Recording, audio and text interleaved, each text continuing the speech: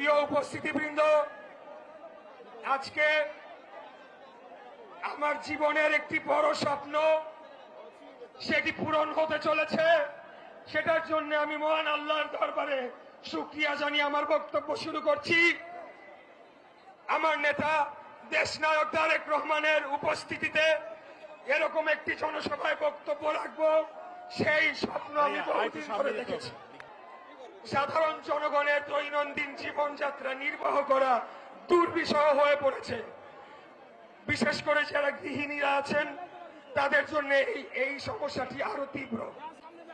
তাই আমি আপনাদের কথা দিতে চাই, আমার নেতার সামনে ইনশাল্লাহ আগামী 12ই ফেব্রুয়ারি আপনারা আমাদেরকে ধানের শীষ মার্কায় বিপুল ভোটে জয়লাভ করিয়ে রাষ্ট্র পরিচালনার দায়িত্ব দিবেন। ইনশাল্লাহ আমরা আপনাদের গ্যাস সংকট অবশ্যই নিরসন করব। আমি দ্বিতীয় কথা বলতে চাই, আমাদের এই অঞ্চলে যানজট, এই যানজটের কারণে আমাদের এখানে বসবাস করা দুর্বিষহ হয়ে পড়েছে।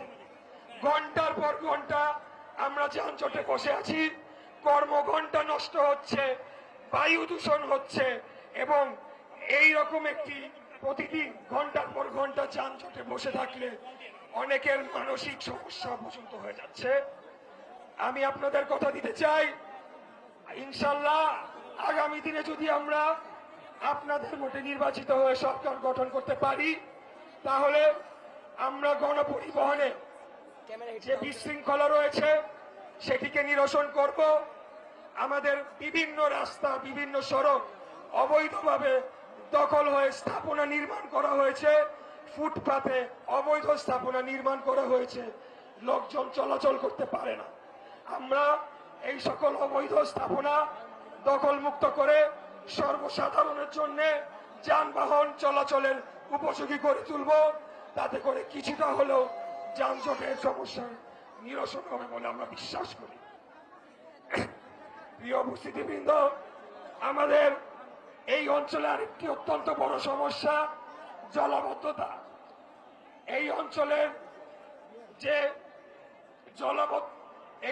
যে ড্রেনেজ সিস্টেম রয়েছে তা অত্যন্ত পুরনো এবং যেই ক্যাপাসিটিতে এটিকে নির্মাণ করা হয়েছিল তার চেয়ে বহুগুণ বড় বহুতল ভবন নির্মিত হয়েছে এবং এই ড্রেনেজ সিস্টেমের বিভিন্ন জায়গায় সলিড ওয়েস্ট ডাম্পিং এর কারণে বিভিন্ন জায়গায় প্রতিবন্ধকতা সৃষ্টি হয়ে রয়েছে।